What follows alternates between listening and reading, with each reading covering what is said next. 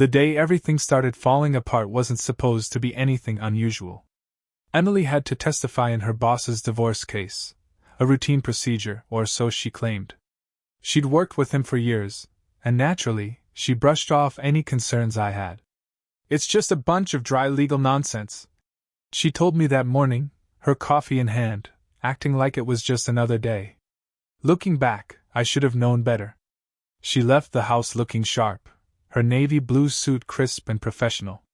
Her baby bump was just starting to show, and somehow, it only added to her graceful appearance. She gave me a quick kiss on the cheek before I settled in to tackle a mountain of work emails. At that moment, everything seemed normal, until it wasn't. By sundown, my world had turned upside down. I didn't hear from her all day, but that wasn't unusual. She was often tied up with work-related events. But around 3 p.m., I got a call from my friend Mark. Now, Mark isn't just any guy. He's a private investigator. The type who doesn't call unless something's important. "Tom," he started, his voice unusually hesitant. "I don't want to overstep here, but I was at the courthouse on another case, and your wife's testimony caught my attention." My stomach tightened immediately. "What are you talking about?" Mark paused like he was searching for the right words. "She was called as a character witness, right? Well, her name came up in a way I didn't expect. Are you sure everything's okay between you two?" "What do you mean?" I asked, my throat dry. "Look," he said, lowering his voice. The opposing attorney was grilling her.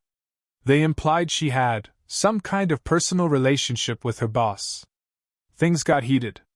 She denied it, but something about her answers, and his reactions, just didn't sit right with me. The words hit like a sledgehammer. My head started spinning. "A personal relationship? Are you kidding me?" "I wish I were," Mark replied. "You want me to dig?" I didn't answer right away. Mark wasn't the kind of guy to stir the pot for no reason, and I knew he wouldn't have brought this up unless it was serious. Finally I said, "Not yet."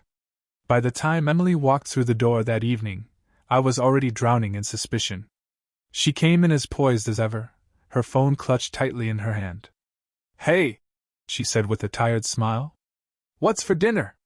I didn't respond right away, just watching her, trying to read her face, her movements.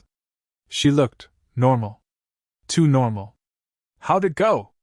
I asked, keeping my tone casual. She shrugged, setting her bag by the door. "Oh, the usual. Lots of back and forth. I'm just glad it's over." Something in me snapped. "Mark was at the courthouse," I said evenly. Her head shot up, her eyes narrowing slightly. "Mark?" I nodded, my voice steady. "Yeah, he was there. He told me what the opposing attorney said about you and your boss. Want to explain?" For a split second, I saw it, a flicker of panic. But she recovered fast, crossing her arms and raising an eyebrow. "Seriously? You're taking some lawyer's theatrics at face value? Tom, that's their job, to discredit witnesses. Come on." Her tone was smooth, too smooth. She stepped closer, her voice softening, almost pleading. "You trust me, right? Don't let them get in your head." I wanted to believe her. God, I wanted to. But Mark's words echoed in my mind, planting seeds of doubt I couldn't shake. "Why didn't you tell me they'd bring that up?" I pressed. Her jaw tightened. "Because it's ridiculous, Tom. I didn't think it was worth mentioning." The tension in the room was suffocating. It felt like the walls of our home were closing in, the foundation of trust we built over the years suddenly full of cracks. "I need some air," I said, grabbing my keys and heading out before she could say another word. The night air felt colder than usual as I sat in my car, gripping the steering wheel. My mind was a storm of anger, confusion, and heartbreak. Deep down, I knew I couldn't ignore this. I didn't sleep that night. I drove aimlessly for hours, replaying everything in my head, what the lawyer said, how Emily had reacted. Her calm confidence, her quick deflections, it all felt too rehearsed. By the time I got back home, the house was dark and still. Emily was already in bed, curled under the blankets. I stood in the doorway for a long time, just staring at her. My wife. My pregnant wife. The woman I thought I knew better than anyone. But that nagging doubt refused to let go. The next morning, Emily was up before me, bustling around the kitchen like nothing had happened. She was humming softly as she scrambled eggs. "Morning," she said brightly when she saw me. "I made eggs. Want some?" I forced a smile. "I'll grab something later." She frowned a little but didn't push. "Suit yourself. I've got a client meeting, so I'll be home late." Of course, she would be. After she left, I found myself at the kitchen table, staring at her half-empty coffee cup like it might give me answers. That little voice in my head, the one I'd been trying to ignore, was screaming now. Something wasn't right, and I couldn't shake the feeling. I'd always trusted Emily, always respected her privacy, but suddenly, I wasn't so sure she'd done the same for me. Her laptop was in the office. I didn't go in there with the intention of snooping, but when I saw it sitting open on her desk, the temptation became too much. My gut told me I needed to know. The guilt hit me for a split second as I powered it up, but suspicion crushed that feeling fast. The password hadn't changed, it was still our wedding date. That tiny detail stung, like a cruel reminder of what we built together. Once I was in, I scanned her emails. They were spotless, almost suspiciously so. But then I checked her work messaging app. That's where I found it. A thread of messages between her and Richard, her boss. At first, it looked innocent, just work stuff, reminders, meeting notes. But as I scrolled, the tone shifted. "Can't stop thinking about last week. You looked incredible. We need to talk soon." "I know. It's been hard keeping my head straight. You've been on my mind, too." "You sure he doesn't suspect anything?" "Not a chance.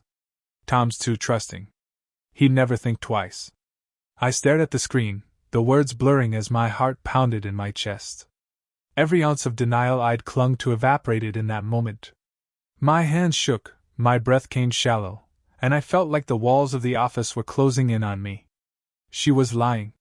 Not just lying, she was manipulating me, playing me for a fool. And I'd bought every bit of it. I took screenshots of the messages and sent them to my phone. I wasn't sure what I'd do with them, but I knew one thing: I couldn't let this continue. That evening, when Emily walked through the door, I was ready. She was all smiles, holding a bag of takeout like nothing was wrong. "I figured you didn't eat much earlier, so I brought your favorite," she said, holding up the bag. I didn't say a word. "Tom?" she asked, her smile faltering. "Everything okay?" "Sit down," I said, my voice calm but cold as ice. Her brows furrowed. "What's going on?" I said, "Sit down." She hesitated, then set the takeout on the counter and sat across from me, her arms folded. I slid my phone across the table, the screenshots lighting up the screen. "What the hell is this, Emily?" Her eyes widened for a fraction of a second before narrowing into a defensive glare. "Are you serious? You went through my messages?"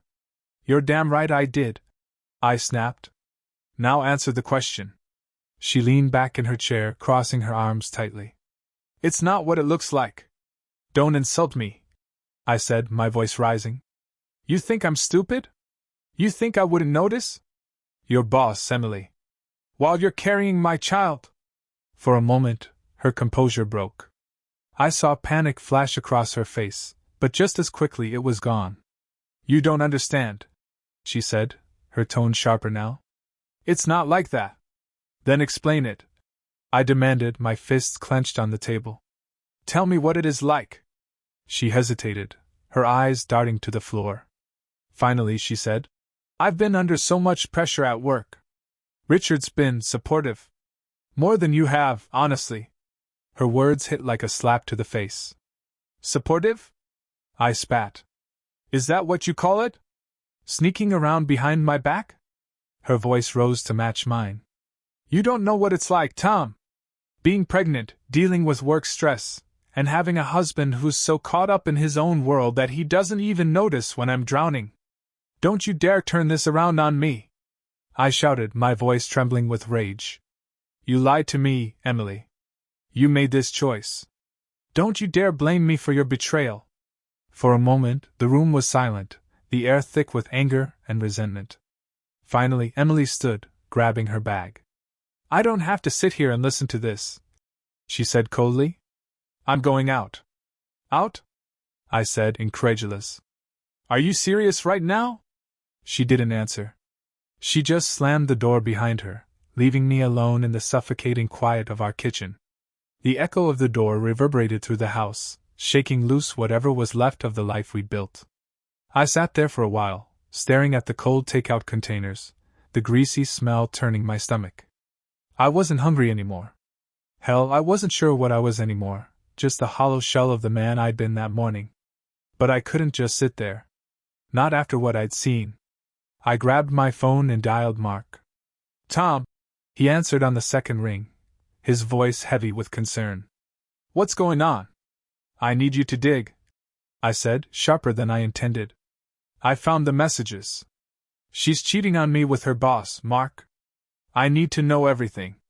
He was quiet for a moment. I'm sorry, man. I really am. I'll start looking into it, but are you sure you're ready for this? Once I dig, there's no going back. I need the truth, I said firmly. Whatever it is, I need to know. I told Mike, my voice low and firm. He sighed on the other end of the line. All right, Tom. Give me a couple of days. When the call ended, I started pacing the house like a restless animal trapped in a cage. My mind raced with questions, each one worse than the last. How long had this been going on? Was the baby even mine? That thought hit me like a freight train, stealing the breath from my lungs. Could she have been lying about that too? The room seemed to close in around me as I grappled with the possibility. I needed answers, desperately. It was hours before Emily came back. It was nearly midnight when I heard her key slide into the lock. I sat in the dark living room, waiting, my heart pounding in the silence. The door creaked open, and she stepped inside. Her makeup was smudged, and the faint smell of wine clung to her like a second skin. She froze when she saw me. Still up? She asked, trying to sound casual, but there was a nervous edge to her voice. Where were you? I asked, my tone calm but deadly. I told you, I went out, she replied, brushing past me. With who? She spun around, glaring at me. What, are you my babysitter now? I needed some air, Tom. I don't have to check in with you every time I leave the house. I stood, my fists clenched at my sides. You're not answering the question. Her eyes narrowed, her lips curling into a sneer. You want the truth? Fine.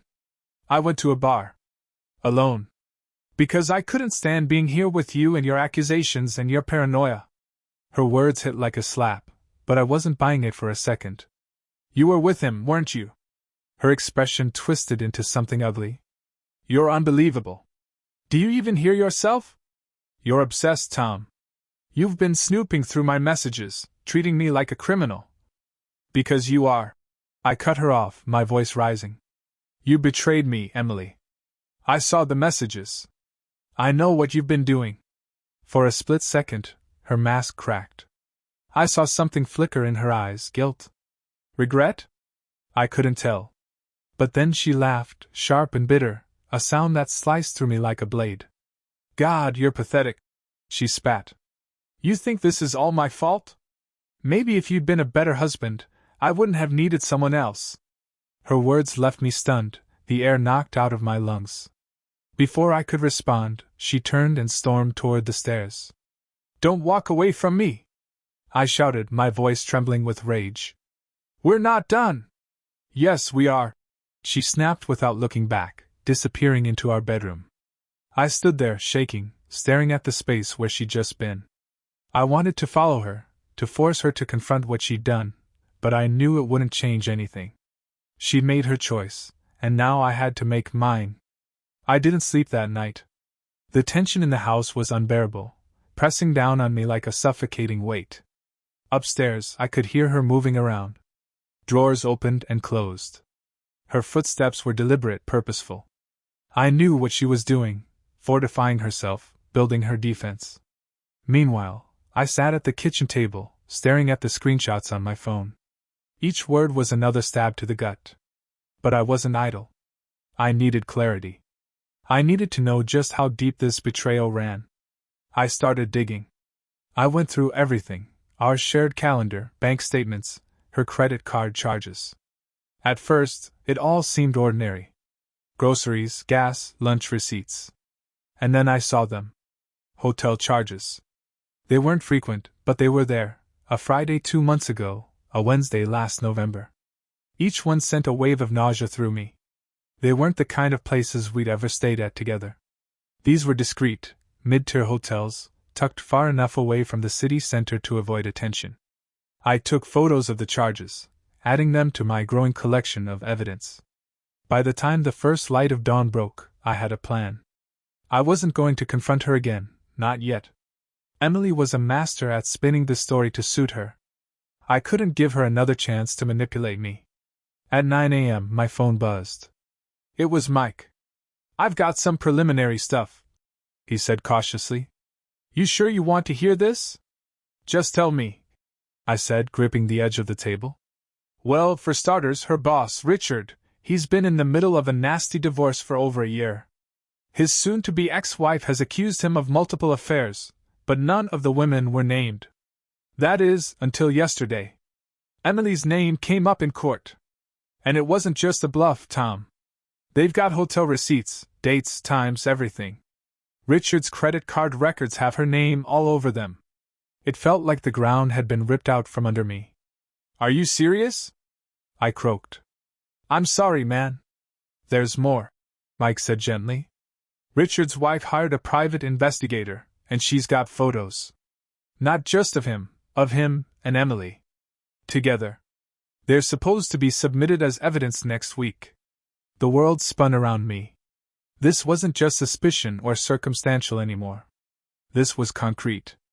Undeniable. "Send me everything," I said, my voice hollow. "Tom," Mike said softly, "you don't have to handle this on your own. If you need, just send it," I snapped, ending the call. By the time Emily came downstairs, I was ready for her. She looked perfect, too perfect. Her makeup was flawless, her outfit meticulously chosen. She moved with an air of casual confidence, as if she'd spent the morning rehearsing her performance. She even had the audacity to smile at me. "Good morning," she said lightly, pouring herself a cup of coffee. I didn't answer. I just sat there, watching her every move. "What?" she finally snapped, her tone shifting to defensive. "You've got court again next week, right?" I asked, keeping my voice calm, almost conversational. She froze, just for a second, her back still to me. "Yeah. Why? Do you think Richard's wife will be there?" Her grip tightened on the coffee mug, her knuckles turning white. "Why are you asking me that?" "Because she has evidence, Emily," I said, my tone sharper now. "Hotel receipts. Photos. All of it's going into the court record." She turned slowly, her eyes wide with shock. For the first time, I saw the cracks in her carefully constructed mask. "You're bluffing," she said, her voice trembling slightly. I stood, pulling my phone from my pocket and bringing up the screenshots Mike had sent me. Photos of her and Richard laughing together in a hotel lobby, her hand resting on his arm, his face close to hers. I slid the phone across the table toward her. "Still think I'm bluffing?" I asked coldly. Her face went pale, and for a moment she was silent. Then, like a cornered animal, she lashed out. "You've been spying on me? You're insane, Tom." "I didn't have to spy," I shot back. "You left a trail a mile wide. And now it's all coming out in court. So what's your plan? Keep lying? Run? Or are you finally going to tell me the truth?" Her lip quivered, but instead of breaking down, she doubled down. "It's not what it looks like," she insisted, her voice rising. "Richard and we've been working closely for years. Those hotels? They were business meetings." "Business meetings?" I barked, letting out a bitter laugh. "Do I look like a fool to you? Stop lying!" Her eyes flashed with anger. "Fine," she screamed, slamming her coffee cup down on the counter. "You want the truth? Yes, Tom, I made a mistake. But don't act like you're blameless in all this. You're always working late, always distracted. Do you even know how lonely I've been? Her words stung, venomous and cutting, but I refused to let her twist the knife any deeper. This isn't about me, Emily, I said, my voice dangerously calm. This is about you. Your choices. Your lies. And now the truth is going to come out whether you like it or not. She stared at me, her chest heaving with a mix of anger, fear, and something else I couldn't quite place. For the first time, I saw her clearly, not the woman I'd married, but someone who had gambled with everything we built and lost. You think you're so righteous, she spat, her voice dripping with contempt. But you have no idea what it's been like for me. And now I never will, I said quietly. Because we're done, Emily. This marriage is over. Her eyes widened for a fleeting moment, and I thought I saw a flicker of regret. But then her expression hardened, her walls going back up. Fine, she said sharply. If that's how you want it, fine. But don't think for a second I'm going to make this easy for you. She stormed out of the kitchen, leaving me standing alone in the wreckage of what I thought had been a happy life. The silence that followed was deafening. Her last words echoed in my mind long after she left the house. Don't think for a second I'm gonna make this easy for you. I'd expected regret, maybe even a half-hearted apology. But this was war. The house felt emptier than ever, stripped of the warmth and love I once believed it held. Every photo, every piece of furniture, every shared memory now felt like a cruel reminder of her betrayal. I spent the day in the living room, replaying it all in my head, her lies, her excuses, her anger.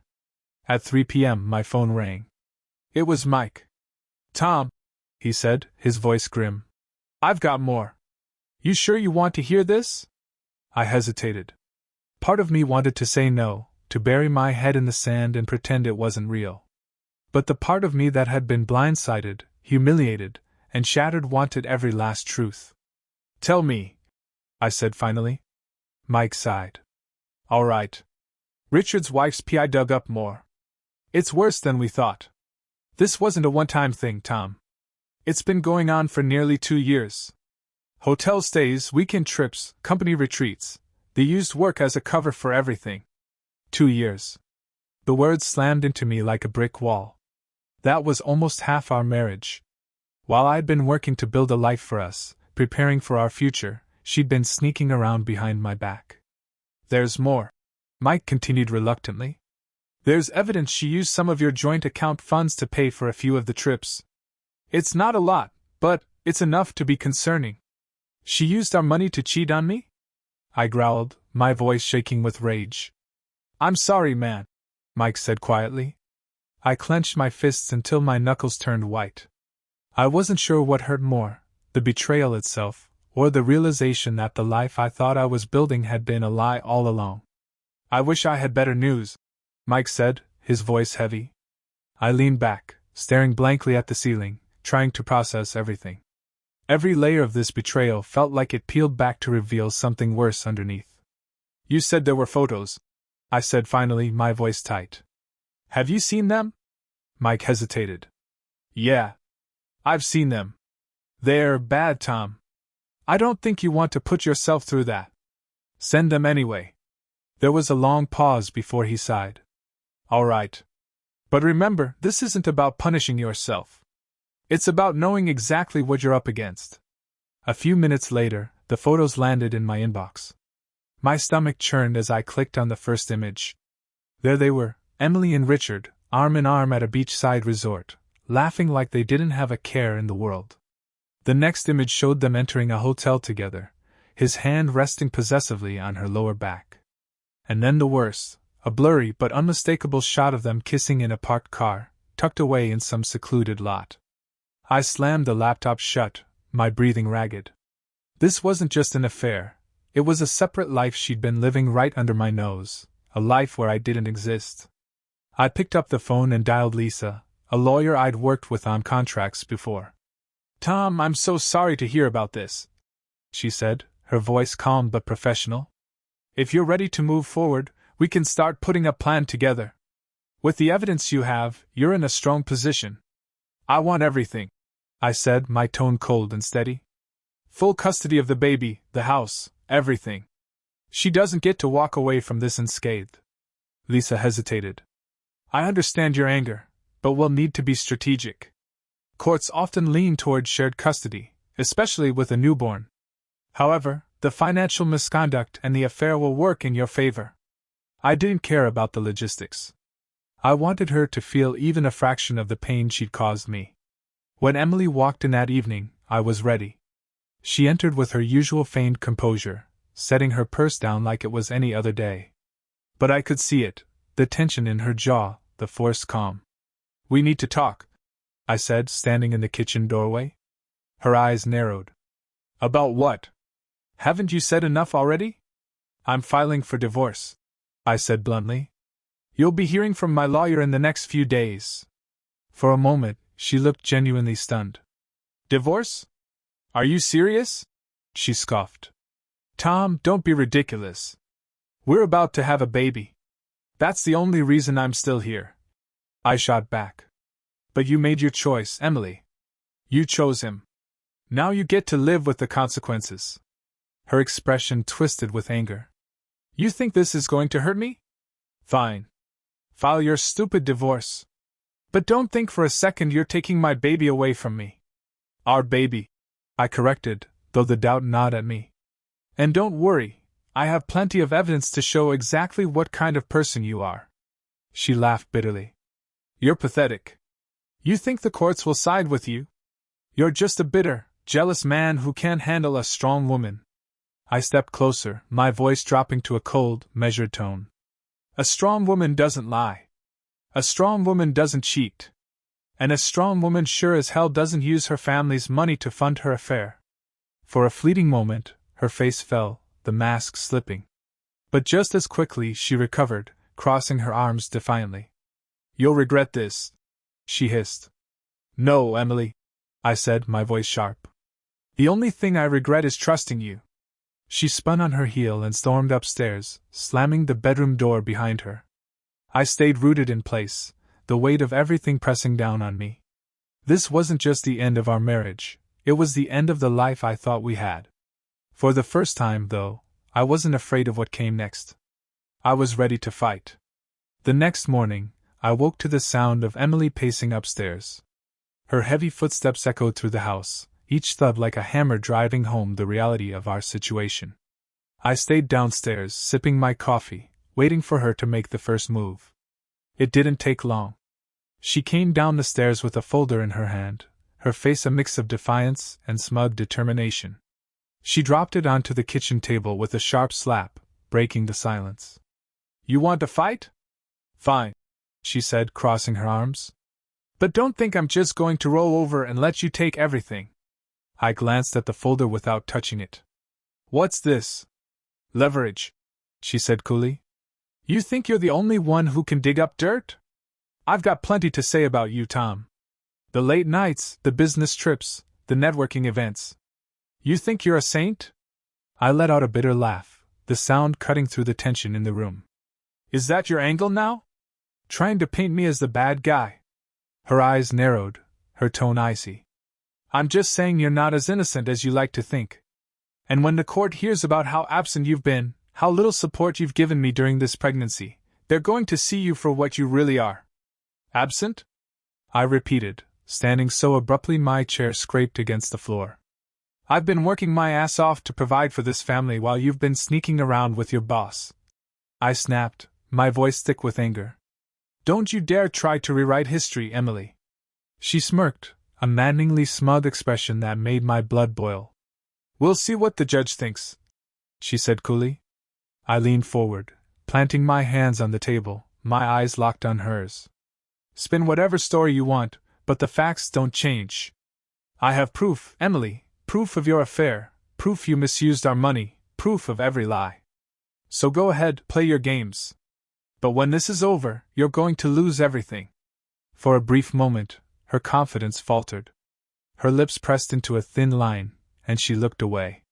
But then she straightened, her defiance snapping back into place like armor. You think you can scare me? She said, her voice dripping with contempt. You don't know who you're dealing with, Jason. Oh, I know exactly who I'm dealing with. I shot back coldly. And I'm done letting you manipulate me. She grabbed the folder off the table and stormed out of the kitchen, slamming the door to her office behind her. I sat back down, my hands trembling from the adrenaline. This wasn't just a divorce, it was a full-blown war. And Emily had made it clear she had no intention of fighting fair. That afternoon, I called Lisa to update her. She's trying to flip the narrative, I explained, pacing the room. She's claiming I've been absent, that I haven't supported her during the pregnancy. She even hinted at bringing up my work trips.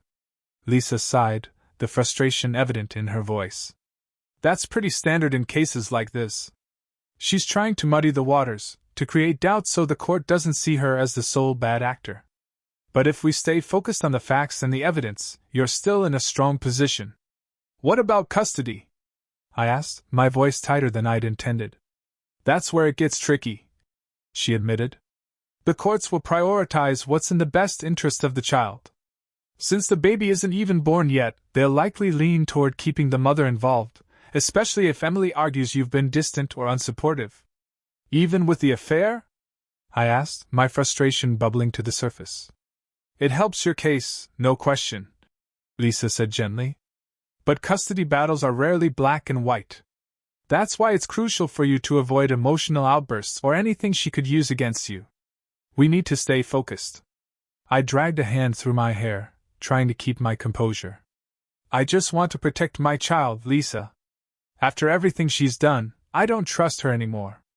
I know, she said softly. We'll do everything we can to make sure you're in the best position to do that. The call gave me a sliver of reassurance, but it wasn't enough to calm the storm raging inside me. That evening, Emily came out of her office like nothing had happened. Her expression was carefully neutral, her tone casual. What are you doing for dinner? She asked, as if we weren't in the middle of tearing each other apart. I stared at her, incredulous. Are you serious right now? She shrugged, leaning against the counter. We still have to eat, Jason. Might as well keep things civil. Civil? I said, letting out a bitter laugh. You want civil after everything you've done? Don't act like this is just another day. Her smile was hollow, her eyes cold. Suit yourself. But if you want to keep making this harder than it needs to be, that's on you. I watched her walk away, her indifference settling over me like a suffocating fog. The person I had married was gone, replaced by someone cold and unrecognizable. And yet I knew this was just the beginning. The next day, Lisa called with an update that sent me reeling. Jason, she said, her voice tight. Emily's lawyer just contacted me. They're claiming you've been verbally abusive and emotionally neglectful during her pregnancy. I froze. What? That's not true. I've never laid a hand on her. I've never even raised my voice unless we were arguing about her lies. I believe you, Lisa said firmly. But this is a strategic move. She's trying to paint you as unstable to strengthen her custody position. If this goes to court, she'll use these allegations to argue that you're unfit to co-parent. I gripped the phone tightly, my rage simmering just below the surface. This is insane. She's flipping everything around on me after everything she's done. Unfortunately, it's a common tactic, Lisa said. That's why we need to stay ahead of her. Keep your composure, avoid confrontations, and document everything, every conversation, every interaction. Record it if you can, as long as it's legal in your state. That evening I took her advice. I went out and bought a small recording device, setting it up discreetly in the living room. Most of our interactions happened there, and I knew I needed to protect myself. Emily's calm demeanor became even more unsettling. She moved through the house like nothing was wrong, cooking meals, organizing the nursery, even humming to herself as if our marriage wasn't on the verge of collapse. Every interaction felt like a test, a power play where she was trying to seize control. I knew one thing for sure, the real battle was about to begin. I wasn't proud of it, but Emily had made it clear she wasn't playing fair. So I wasn't about to either. The first cracks in her armor showed the next morning. As I was getting ready to leave for work, she intercepted me in the hallway. She was dressed to perfection, her makeup flawless, her expression ice cold. Before you go, she said smoothly, we need to talk about the nursery budget. What about it? I asked, already bracing myself for whatever game she was playing. "Well," she began, her tone dripping with feigned logic. "Since you're planning to divorce me, I think it's only fair that I handle the design and expenses. You don't really need a say, considering you'll be less involved." I clenched my jaw. "Less involved? I'm still the father, Emily. I'm not going anywhere." She tilted her head, a mocking smile playing on her lips. "We'll see about that." Her words hit me like a punch to the gut. She wasn't just trying to hurt me, she was trying to erase me entirely. "You really think this is going to work, don't you?" I said quietly, my voice steady but sharp. "You think you can lie, manipulate, and bully your way into getting everything you want?" Her smile faded, replaced by a glare that could cut steel. "I don't have to think, Jason.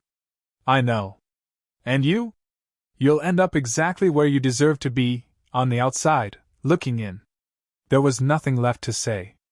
I turned and walked out the door, my hands trembling with suppressed anger. But later that day, the recording device I'd set up delivered exactly what I needed. When I got home, I reviewed the audio and found a snippet of her on the phone, her tone cold and calculating. "I don't care if he fights back," she said. "Just drag this out as long as possible. Make him bleed. I want him to regret ever thinking he could win." A chill ran down my spine. This wasn't just a fight for her, it was annihilation. She wanted to destroy me. The next day, I sent the recording to Lisa. "This is exactly what we need," she said, her voice triumphant. "If we can prove she's acting in bad faith, the court will see right through her." But Emily wasn't done. That evening, I walked into the house to find her sitting in the living room, arms crossed, her expression livid. She was holding her phone, and from the look on her face, I knew something had set her off. "Care to explain this?" she hissed, shoving the screen in my face. It was a screenshot of a text exchange between me and Lisa, discussing the case. My stomach dropped. Somehow, Emily had hacked into my phone or email.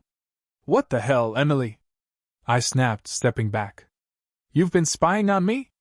Don't act so innocent," she spat. "You're trying to take my child away from me. I'm just leveling the playing field. That's my lawyer, Emily. You've crossed a line." She stood abruptly, her voice rising. "You crossed the line the moment you turned this into a witch hunt. I'm not just going to sit here and let you ruin my life, Jason." "Ruin your life?" I laughed bitterly. "You did that yourself the second you started sneaking around with Richard. Don't blame me for the consequences of your choices." She stepped closer, her face inches from mine, her eyes blazing with fury. "You're going to regret this. I'll make sure of it." I didn't back down. "No, Emily. The only thing I regret is trusting you.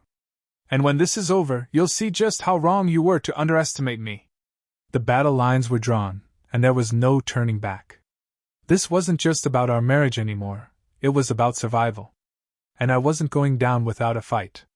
The tension in the house reached a boiling point. Every interaction with Emily became a veiled power struggle, each of us trying to outmaneuver the other. I recorded every conversation, documented every word, and worked with Lisa to prepare for the storm that was coming. Meanwhile, Emily spent hours holed up in her office, on the phone with her lawyer, or maybe Richard. She carried herself like she'd already won, her smug confidence a constant reminder of how far she'd fallen from the woman I once knew. The court date for the custody hearing arrived faster than I'd expected. The courtroom was suffocating, the air heavy with tension and unspoken accusations. Emily sat at her table, perfectly poised, her lawyer leaning in to whisper something in her ear. She glanced at me briefly, her eyes cold and calculating. I didn't look away.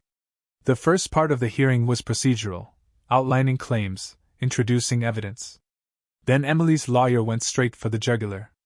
"Your Honor," the woman began, her tone dripping with feigned concern. "My client, Emily, has endured significant emotional neglect throughout her pregnancy. Mr. Carter," she gestured toward me with a subtle sneer, "has been more focused on his work than on his wife, leaving her isolated and unsupported during one of the most vulnerable times in her life." I clenched my fists under the table, my nails digging into my palms. But I kept my face neutral, just as Lisa had warned me. No matter how outrageous the claims, I couldn't react. And beyond his neglect, Emily's lawyer continued, her voice tinged with theatrical outrage, Mr. Carter has displayed a concerning pattern of controlling behavior. He has monitored my client's conversations and movements, making her feel unsafe in her own home. My blood boiled. The hypocrisy was so thick it was almost laughable. She was the one who'd been sneaking around, lying, and even hacking into my accounts. Lisa rose smoothly, her calm presence a stark contrast to the theatrics. Your Honor, these claims are unfounded. We have substantial evidence that Mrs. Carter has been engaging in an extramarital affair, misusing joint marital funds, and actively attempting to alienate Mr. Carter from his unborn child. Furthermore, the recordings and documents we've submitted clearly demonstrate who has been acting in bad faith throughout this process. The judge's expression remained neutral, but I could see the gears turning. He nodded for Lisa to continue. First, Your Honor, Lisa said, stepping forward, we'd like to present a series of text messages between Mrs. Carter and her employer, Richard Sloane, which clearly established the nature of their relationship. These messages were obtained legally from Mrs. Carter's personal device. Lisa handed over a stack of printed texts. The judge began flipping through them, his brow furrowing slightly as he read. Across the room, Emily shifted in her seat. Her confident facade faltered, just for a moment. And here, Lisa continued, are financial records showing that Mrs. Carter used joint marital funds to finance trips with Mr. Sloane, including hotel stays and personal expenses. Emily's lawyer shot to her feet, trying to intercept. Your Honor, these financial records could easily be misinterpreted. Many of these charges could very well be legitimate work-related expenses. Lisa didn't miss a beat. We also have photographic evidence, Your Honor, obtained by a private investigator hired by Mr. Sloane's spouse as part of their divorce proceedings. These images clearly depict Mrs. Carter and Mr. Sloane engaging in activities that cannot, by any stretch, be described as work-related. The judge's eyebrow rose at that. He gestured for Lisa to proceed. Lisa handed over the photos, each labeled with dates and locations. I stole a glance at Emily. Her jaw was tight, and her hands were clasped so tightly in her lap that her knuckles were white. For the first time, she looked genuinely uneasy. The judge examined the photos in silence, flipping through them methodically. Then he looked up. Mrs. Carter, he said, his tone even but firm. Do you have anything to say about these allegations? Emily's lawyer stood again, her expression carefully composed. Your Honor, my client maintains that her relationship with Mr. Sloane was strictly professional. Any insinuation to the contrary is a gross mischaracterization. Before Lisa could respond, the judge raised a hand to stop her. He turned his gaze back to Emily. Mrs. Carter, I'm speaking to you directly. Are you denying that your relationship with Mr. Sloane went beyond professional boundaries? Emily hesitated, the cracks in her mask widening. For a brief moment, I saw the panic flicker in her eyes. But then she straightened her back, her voice calm but unconvincing. Yes, Your Honor, I am denying it. Those photos are being taken completely out of context. Beside me, Lisa tensed, but she didn't need to say a word. The judge flipped through the text again, his expression growing harder with each page. Mrs. Carter, he said, his tone sharper now. These messages, along with the financial and photographic evidence, paint a very different picture. I would strongly advise you to reconsider your stance before proceeding further. Emily's lawyer leaned in to whisper to her. I couldn't hear what was said, but it didn't matter. For the first time since this nightmare began, it felt like the tide was turning in my favor. As the session ended, Emily shot me a glare so sharp it could have cut through steel. But I didn't care. For the first time in months, I felt like I had the upper hand. And I wasn't about to let it slip away. The tension in the courtroom didn't dissipate as everyone packed up to leave. Emily stormed past me, her heels clicking against the marble floor, her lawyer trailing behind and whispering furiously in her ear. I didn't follow. There was nothing more to say to her, not now, and maybe not ever. Lisa pulled me aside as we exited the building. This is a good start, she said cautiously. The judge is taking the evidence seriously, but don't get overconfident. Emily's lawyer will look for any way to poke holes in what we've presented. You need to stay calm through all of it.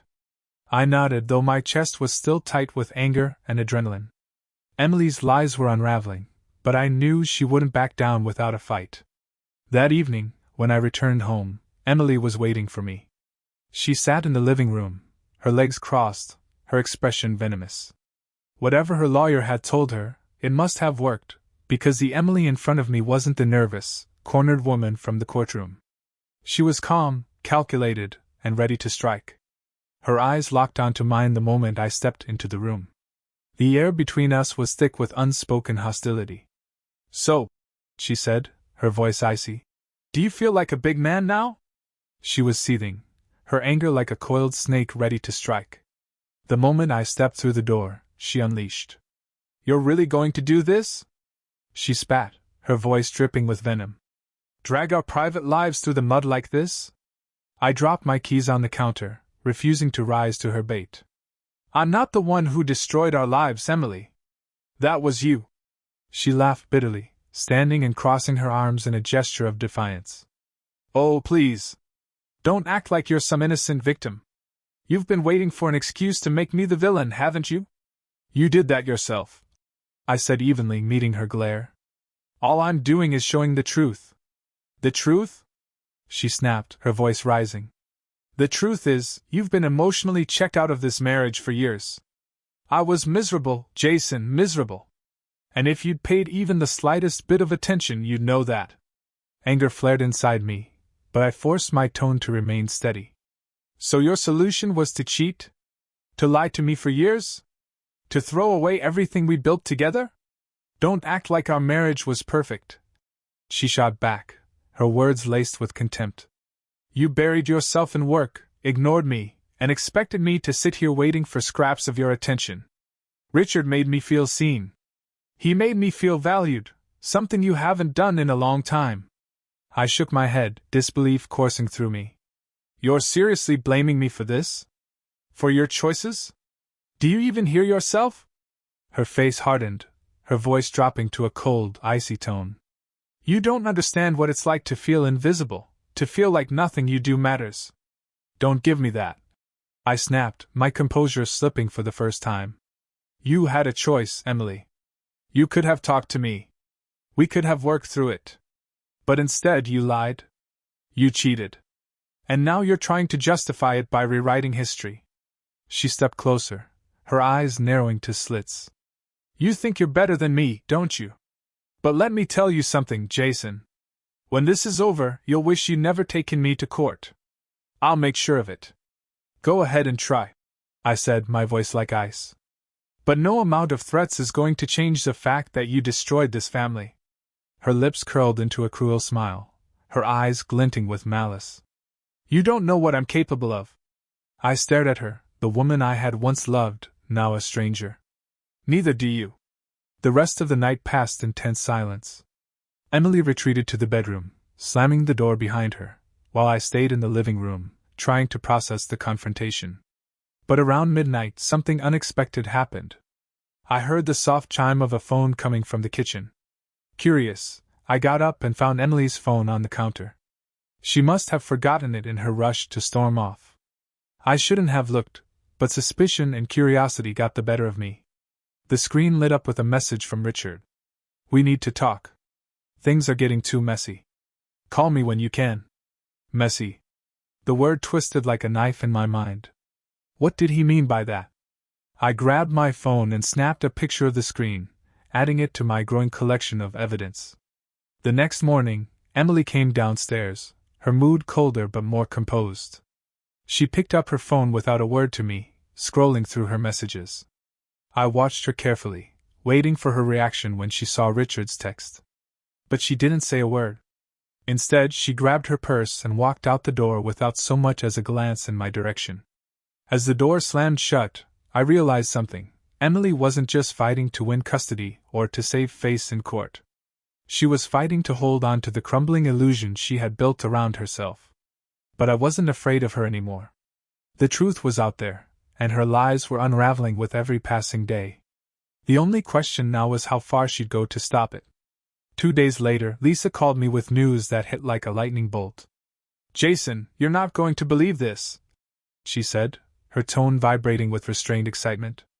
Richard's lawyer just contacted the court. They'd filed a motion to distance him from Emily in this case. I sat up straighter, my heart pounding. Wait, he's throwing her under the bus. Not just that, Lisa said, a hint of amusement in her voice. He's cooperating with his wife's divorce team to avoid further fallout. Apparently, he's trying to save his own skin by shifting the blame onto Emily. I let out a sharp breath, leaning back in my chair. So he's willing to testify against her? It's not confirmed yet, Lisa replied. But it's looking that way. If he does, it'll be devastating for her case. I couldn't help but laugh bitterly. For all her smug confidence, she backed the wrong horse. Emily's cracks were showing, and I could see her desperation. She was still defiant, still determined to fight me at every turn, but her moves were becoming sloppy. And now, with Richard turning on her, the house of cards she'd built was on the verge of collapse. For the first time, I felt the tide turning in my favor. And I wasn't about to let up. Richard was a cornered animal, and he was throwing Emily to the wolves to save himself. But she didn't know that yet, and I wasn't about to tip her off. The next time we were in the same room, her calm demeanor was almost eerie. She hummed softly as she cooked dinner, acting as if nothing had changed. She even turned to me and asked, "Want a plate?" "No, thanks," I said curtly, barely glancing in her direction. She paused, then turned to face me, her eyes narrowing. "You're not going to give me the silent treatment forever, Jason. Eventually, you're going to have to talk to me like an adult." I set my glass of water down deliberately, meeting her gaze. "What's there to talk about, Emily? You've made your choices. Now you're dealing with the consequences." Her expression hardened, her voice sharpening. "Don't act like you're blameless. You pushed me into this." "Pushed you?" I said with a bitter laugh. "You really can't own up to anything, can you? This is all on me, right? The lies, the cheating, the money you stole, it's all my fault?" She stepped closer, pointing a finger at me. "You think you're so perfect, Jason? Fine. Let's see what the court thinks when they hear how you've been recording me without my consent. That's illegal, you know." I smirked. "Not in this state, Emily. As long as one party consents to the recording, it's admissible." "And guess what? I consented." Her face twisted with anger, but she didn't respond. Instead, she turned sharply, grabbed her plate, and stormed out of the room. The next day, the hammer dropped. I was in my office when Lisa called, her tone sharp and urgent. "Jason, we've got a development," she said. "Richard has officially agreed to testify against Emily. He's providing evidence to the court, emails, expense reports, even text messages, showing that she was the one orchestrating their so-called business trips." "Are you serious?" I asked, hardly able to believe it. "Dead serious," Lisa confirmed. "This changes everything. With Richard's testimony, Emily's entire narrative falls apart. It's no longer just about the affair, it's about financial fraud, manipulation, and bad faith in the custody case. The court is going to take this very seriously." I leaned back in my chair, the weight of months of stress momentarily lifting. For the first time, it felt like the scales were tipping in my favor. Emily had been so focused on winning at all costs, she hadn't anticipated betrayal from her supposed partner in crime. That evening, Emily came home later than usual, her expression tight and strained. She didn't look at me as she walked through the door, heading straight upstairs without a word. An hour later, I heard her voice echoing down the hallway. She was yelling into her phone, her tone frantic and angry. I crept closer, careful not to make a sound, and caught snippets of her conversation. "You coward!" she hissed. "How could you do this to me? I protected you. Don't you dare try to turn this on me." Her voice cracked, and for a fleeting moment, I felt a flicker of pity for her. Almost. But then she said something that made my blood run cold. "I swear, if you ruin this for me, I'll make sure you go down too. Don't think I won't." It wasn't just desperation, it was a threat. I stepped away from the door, my mind racing. Emily wasn't just lashing out, she was cornered. And cornered people do dangerous things. The next morning, Lisa called again. Jason, we need to move quickly, she said, her tone firm. With Richard testifying, Emily's credibility is in shambles, but that also makes her more likely to escalate. Be careful. Don't give her any ammunition to use against you. I won't, I promised. But deep down, I knew things were about to get worse before they got better. Emily was losing control, and she wasn't going down without a fight. In the days following Richard's betrayal, Emily was like a volcano ready to erupt. Every movement, every word, was laced with tension, making the house feel like a war zone. When she did speak to me, her words were sharp and venomous. Enjoy your little victory while it lasts, she sneered at breakfast one morning. You think this is over? It's not. I'll make sure you regret this. I didn't take the bait. I refused to give her the satisfaction of a reaction. Instead, I kept my head down and focused on the case. Lisa kept me updated constantly. With Richard's testimony, the financial documents, and the recordings, the evidence against Emily was mounting. But she wasn't done yet. 2 days before our next court appearance, she played her next card. I came home from work to find a police car parked in front of the house. My stomach dropped as I walked inside, my mind racing with worst-case scenarios. 2 officers were standing in the living room. Emily sat on the couch, her eyes red and puffy, looking every bit the victim. Mr. Carter? One of the officers said, stepping forward. We need to speak with you. What's going on? I asked, glancing at Emily. She refused to meet my gaze. We received a report from your wife alleging you've been engaging in threatening behavior, one of the officers said, his tone neutral but firm. She claims you've made her feel unsafe in the home. I stared at Emily, my jaw tightening. That's a lie. The officer raised a hand. We're not here to make judgments, sir. We're just responding to the report. For now, we need to ask you to leave the premises until this matter is resolved. She's setting me up, I said, my voice calm but firm. I haven't threatened her. I've been recording our interactions precisely to avoid this kind of false accusation. The officers exchanged a glance. Do you have those recordings available? One of them asked. Yes, I replied, pulling out my phone. I played a snippet of a conversation where Emily had threatened me, her voice clear as day. You'll regret this. I'll make sure of it. The officers listened, their expressions neutral but attentive. Finally, one of them spoke. This complicates things, but until we can verify everything, we still need to err on the side of caution. Frustration surged through me, but I kept my composure. Fine. I'll leave. But I'll be forwarding all this evidence to my lawyer. I packed a bag and left the house, my hands trembling with anger as I drove to a friend's place. Mike, ever the reliable confidant, opened the door and handed me a beer. She's pulling out all the stops now, huh? She called the cops on me, I said, shaking my head in disbelief. Claimed I threatened her. She's trying to paint me as abusive to save herself. Mike sighed and sat down. Classic move. She's desperate. And honestly, that's good news for you. It means she's running out of options. The next day, Lisa called with a plan. Jason, we're going to file an emergency motion to address her false allegations, she said. We'll present the recordings, along with Richard's testimony, as evidence of her bad faith. Courts don't look kindly on fabricated claims, especially when they're weaponized in custody disputes. What happens if the court sides with her? I asked, the weight of the situation pressing down on me. They won't, Lisa said confidently. We have too much evidence on our side. Just stay calm and let me handle it. When the court hearing arrived, Emily sat across from me, her expression a mixture of defiance and unease.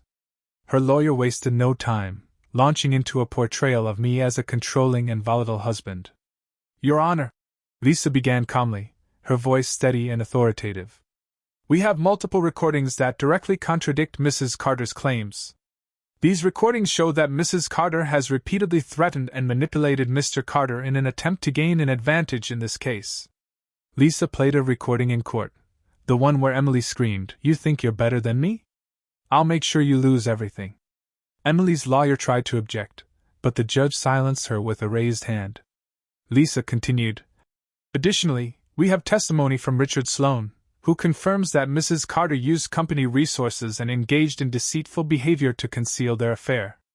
These actions speak volumes about her credibility, or rather, her lack thereof. The courtroom fell silent as the judge reviewed the evidence. His expression grew stern as he turned to Emily. "Mrs. Carter," he said, his tone sharp, "it's clear to this court that you've engaged in a pattern of dishonesty and manipulation. Your accusations against Mr. Carter appear to be unfounded and malicious. Moving forward, any further attempts to mislead this court will not be tolerated." Emily's face went pale, her hands gripping the edge of the table. Her lawyer whispered something to her, but she didn't respond. The judge turned to me. "Mr. Carter, you've presented compelling evidence. This court finds no basis for the claims against you, and the restraining order request is denied. Furthermore, we will take Mrs. Carter's actions into account during custody deliberations." It was a small victory, but a significant one. As the hearing ended, I glanced at Emily, expecting her usual venomous glare. But she just sat there, staring at the table, her composure finally cracking. For the first time, it seemed like she understood the gravity of her actions. Leaving the courtroom that day felt like walking off a battlefield. Emily's armor had cracked under the weight of her lies, and the judge's reprimand had stripped away the last remnants of her facade. But I wasn't naive enough to think it was over. Emily wasn't the type to surrender quietly. In the days that followed, the house became a ghost town. Emily barely spoke to me, retreating into her office or leaving for hours without explanation. I kept my distance, documenting every interaction and staying in constant communication with Lisa. For the first time, I felt the tide turning. But I also knew Emily's desperation would only grow, and desperate people are dangerous. The next court hearing was looming, the one where custody and financial matters would finally be decided. One evening, as I sat in the living room reviewing notes, my phone buzzed with a message from Mike. "You're not going to believe this. Emily just met with Richard at a cafe downtown. I've got pictures."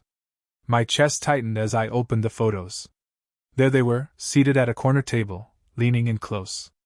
Emily's expression was tense, and Richard looked visibly annoyed. Whatever they were discussing, it was serious. I immediately forwarded the photos to Lisa. "Can we use this?" I asked when she called me minutes later. "It depends," she said thoughtfully. "If they're plotting something related to the case, we can argue bad faith again. I'll dig into it." "Good catch, Jason." The next morning, Emily came downstairs looking disheveled, her usual composure noticeably absent. She grabbed a cup of coffee and sat across from me, breaking the uneasy silence. "I want to talk," she said, her voice flat. I raised an eyebrow. "Talk about what? This isn't good for either of us," she said, her tone carefully measured. "The court battles, the accusations. It's not healthy, for me, for you, or for the baby." I stared at her, trying to find the angle. This sudden shift in tone wasn't an olive branch, it was strategy. "What are you suggesting?" I asked, keeping my voice neutral. "A settlement," she said, folding her hands on the table. "We can avoid dragging this out in court if we come to an agreement now." I leaned back, crossing my arms. "What kind of agreement?" "Joint custody," she said quickly, as if she'd rehearsed it. 50-50. We sell the house, split the equity. No child support." I laughed, the sound sharp and bitter. "You must think I'm an idiot. After everything you've done, you think I'm just going to hand over 50-50 custody?" Her eyes flashed with anger. "You don't have a choice, Jason. The court isn't going to cut me out of my child's life. I'm the mother." I leaned forward, my voice cold and steady. "The court is going to see you for what you are, a liar, a manipulator, and someone who put her selfish desires above her family. I don't care what you offer, Emily. I'm fighting for what's best for my child. And that means protecting them from you." Her face hardened, and she stood abruptly, her chair scraping loudly against the floor. "You'll regret this," she hissed before storming out of the room. The next court date arrived with an air of finality. This was it, the moment everything would be decided. Lisa and I had prepared meticulously, compiling every piece of evidence, every recording, every financial document to present our case. The courtroom was tense as the hearing began. Lisa laid out a comprehensive timeline of Emily's affair, her misuse of marital funds, and her attempts to weaponize false allegations against me. The photos of her meeting with Richard were introduced, suggesting ongoing collusion to undermine the case. Emily's lawyer attempted to paint her as a devoted mother who had acted out of stress and emotional strain. But the evidence against her was overwhelming.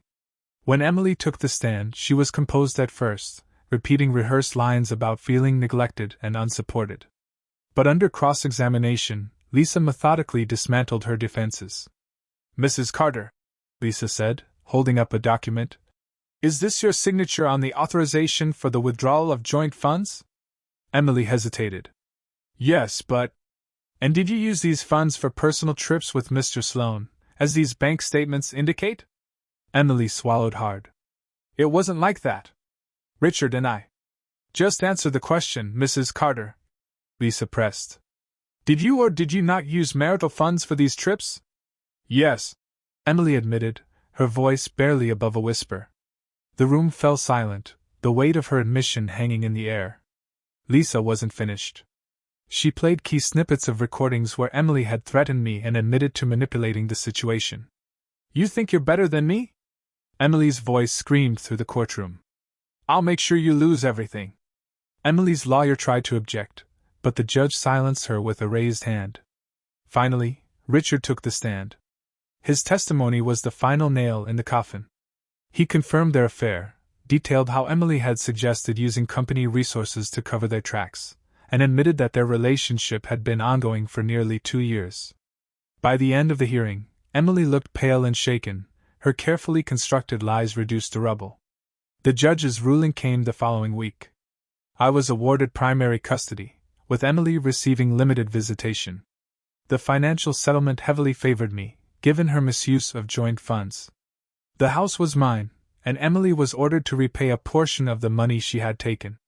When the ruling was read, Emily sat silently, her face pale and unreadable. She didn't look at me as we left the courtroom. It was over. As I walked out of the courthouse that day, a strange mix of emotions washed over me: relief, sadness, anger, and a faint glimmer of hope. Emily's lies had cost her everything. And while the road ahead would be difficult, I felt stronger knowing I'd done what was necessary to protect my child and reclaim my life. Emily had lost, but there were no winners in this battle, only survivors. The life I thought I'd built was shattered, leaving behind something fractured and fragile. Yet as I stepped out of the courthouse and into the sunlight, I felt a weight lift from my shoulders. For months, I had been trapped in a web of lies, manipulation, and betrayal, unable to see a way out. But now, for the first time, I felt free. Free to rebuild. Free to protect my child. Free from the deceit that had suffocated me for so long. The road ahead wouldn't be easy, starting over never is.